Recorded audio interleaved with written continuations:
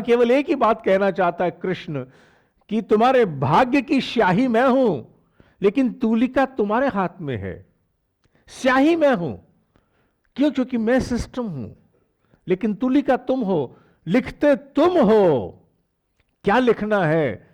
Typewriter के ऊपर करोड़ों करोड़ों प्रकार की चिट्ठियां लिखी जा सकती हैं, प्रेम की, शोक की, आनंद की, भक्ति की, संवेदना की, सहकारिता की, ना जाने कितनी।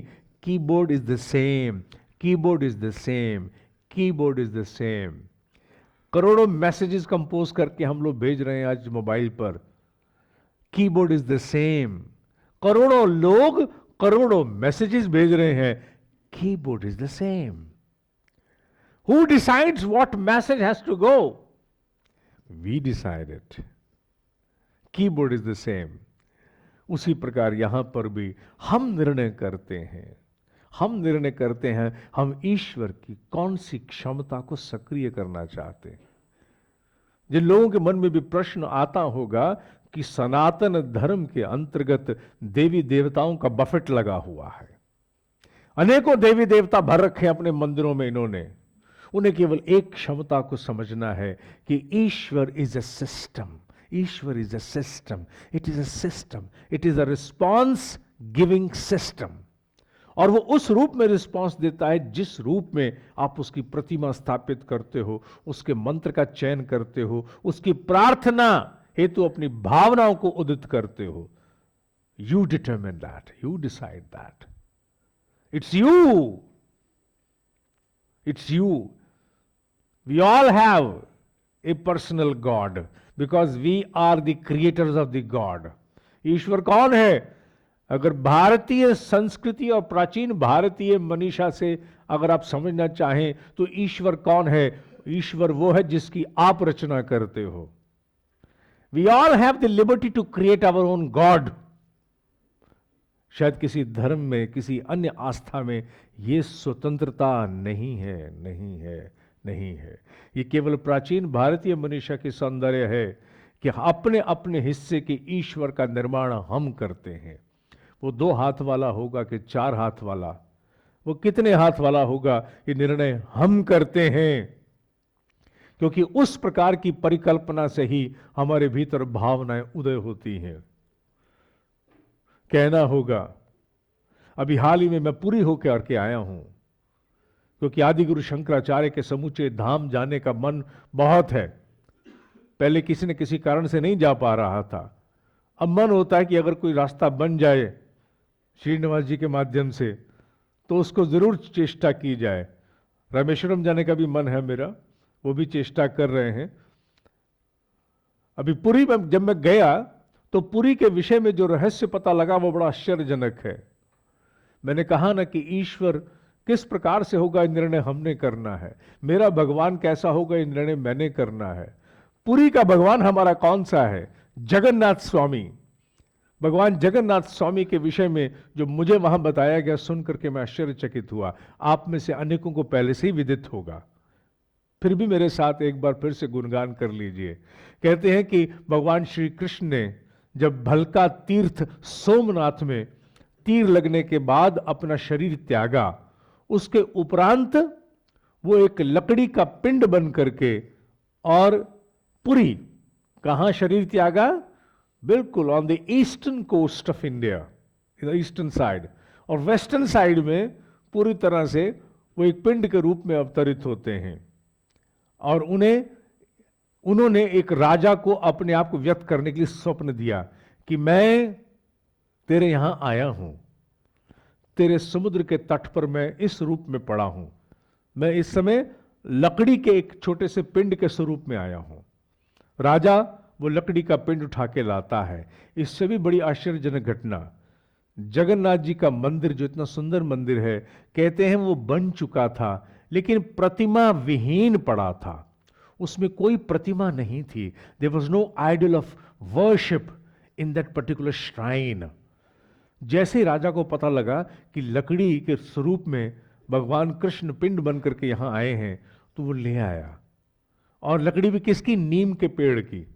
लाने के उपरांत उसके मन में आया कि अब इस प्रतिमा बनाने के लिए किसको बुलाऊं। वो सोच रहा था, अनेकों से उसने संपर्क किया, नेटवर्किंग एक्सप्लोर की, लेकिन कोई आया नहीं सामने। अचानक एक बहुत वृद्ध, वयोवृद्ध व्यक्ति सामने आया। उनके दरबार में आकर के कहने लगा, राजन, इस पिंड से प्रतिमा का निर्माण मैं करूंगा, लेकिन मेरी एक शर्त है। क्या?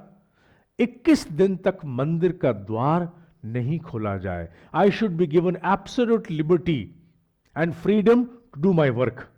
तो राजा ने कहा, ठीक है, शर्त तय हो गई। उन्होंने मंदिर के कपाट बंद कर दीजिए, वृद्ध व्यक्ति को अंदर डाल दिया और प्रतिमा का निर्माण होना शुरू हो गया। बाहर केवल ध्वनि आती थी, टक टक टक टक टक टक टक टक टक। कहते हैं कि 14 दिन बीत चुके थे। 14 दिन से पहले ही, अर्थात 11वें दिन लगभग या 12वें दिन, अंदर से आवाज आनी बंद हो गई। जो रानी थी वो प्रतिदिन मंदिर के कपाट पर जाती थी, वहीं दरवाजे पर पूजा अर्चना करके टिक टिक की आवाज सुन के आ जाती थी। जब 12वें दिन उसको आवाज नहीं आई, राजा को आके सूचित किया। राजा ने दूसरे लोगों से पता कराया, क्या किसी अन्य प्रहर में ऐसा होता है कि आवाज आए? सबने कहा, नहीं साहब, पिछले लगभग 1-2 दिन से अंदर से कोई आवाज नहीं आ रही है। हमें लगता है कि बूढ़ा गया, चला गया। अच्छा, बूढ़ा चला गया? राजा इस बात को लेकर के चिंतित हुआ कि अगर चला ही गया है मंदिर में वो, तो निर्माण कौन करेगा? चलो दरवाजा खोलो। 14वें दिन, माने 7 डेज शॉर्ट ऑफ 21 डेज, 14वें दिन दरवाजा खोलते हैं। जैसे ही दरवाजा खोलते हैं, आश्चर्यचकित होते हैं, अंदर कोई बूढ़ा नहीं है। 3 प्रतिमाएं अधूरी बनी हैं, जिनके हाथ आधे आधे यहां तक के केवल, जिनकी टांगे केवल घुटनों घुटनों तक की, माने अधूरी प्रतिमा, हाथ पैर सब अधूरे। अधूरी प्रतिमाएं 3 पड़ी हैं। सुभद्रा, जगन्नाथ स्वामी, सुभद्रा, बलभद्र, तीनों की प्रतिमाएं अधूरी पड़ी हैं। और वृद्ध है ही नहीं। बाद में पता लगता है कि वह वृद्ध विश्वकर्मा था, और राजा ने क्योंकि उल्लंघन कर दिया, 21 दिन का जो दिया गया नियत समय था, उससे पहले ही विघ्न कर दिया, अविश्वास पर आकर के, इसलिए वो तीनों प्रतिमाएं अधूरी हैं। आज भी जिन प्रतिमाओं की हम उपासना करने जाते हैं पुरी जगन्नाथ स्वामी जी के यहां, वो तीनों की तीनों प्रतिमाएं आज भी अधूरी हैं, क्योंकि उनके बहुत निकट से मैं दर्शन कर पाया, बहुत निकट से, माने हैंडशेक वाला दर्शन हुआ, हैंडशेक वाला। तो पूरी की पूरी प्रतिमाएं अधूरी हैं। वहां प्राण बहुत है, बहुत बहुत बहुत प्राण है। जितना प्राण जगन्नाथ पुरी जी में मुझे अनुभव हुआ, उतना शायद बहुत कम स्थानों पर होता है। बहुत प्राण है, पर अधूरी प्रतिमाएं हैं। क्यों? क्योंकि हमने ये यथा माम प्रपद्यन्ते, हमने अधूरी प्रतिमा को ही भजने का निर्णय कर डाला था। जब हम चाहेंगे तो कृष्ण तेरी पूरी मूर्ति बना करके तेरी उपासना करेंगे। हम चाहेंगे तुझे बाल रूप ले आएंगे, हम चाहेंगे तुझे श्रृंगार में हम लाद देंगे, हम चाहेंगे तो तुझे तेरे इन अधूरे हाथों में भी तेरी पूजा करेंगे। डिसीजन हमारा होगा कि तू पूरी बाजू भी लिए वो होगा कि नहीं, तेरी दोनों टांगे भी पूरी होंगी कि नहीं। जगन्नाथ स्वामी जी के दर्शन के पश्चात तो ये श्लोक जीवित हो जाता है। जगन्नाथ है तो वही कृष्ण जिसकी उपासना हम करते हैं अनेकों स्वरूपों में। कोई बाल रूप से ऊपर आने को तैयार नहीं है। कोई केवल गोपियों के साथ ही भजना चाहता है, कोई केवल अर्जुन के साथ रथ में ही उसको देखना चाहता है, कोई केवल राधा के साथ उसे देखना चाहता है, और कोई उसे अधूरा ही।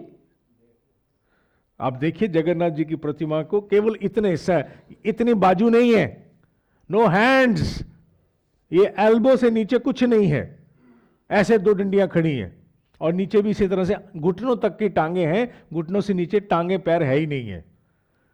तो निर्णय हम करते हैं कि हमारा ईश्वर अधूरा होगा, पूरा होगा, बौना होगा या पूर्ण होगा। निर्णय हमने करना है। और ईश्वर का अर्थ है सीधा सा, जैसा मेरे ऋषि ने कहा था, बेटा, क्योंकि मुझे अपने ब्रह्म ऋषि की वाणी कभी नहीं भूल सकती, जो हर जगह सजीव है। बेटा भगवान का केवल एक ही रूप है, एक ही रूप है, एक ही रूप है। भगवान भावना है, भगवान संवेदना है, भगवान सेवा है। भावना, संवेदना, सेवा, यही तो कहा है जैसे मुझे भजोगे वैसे मैं तुम्हें भजूंगा, क्योंकि तुम्हारी ध्वनि की ही प्रतिध्वनि मैं हूं।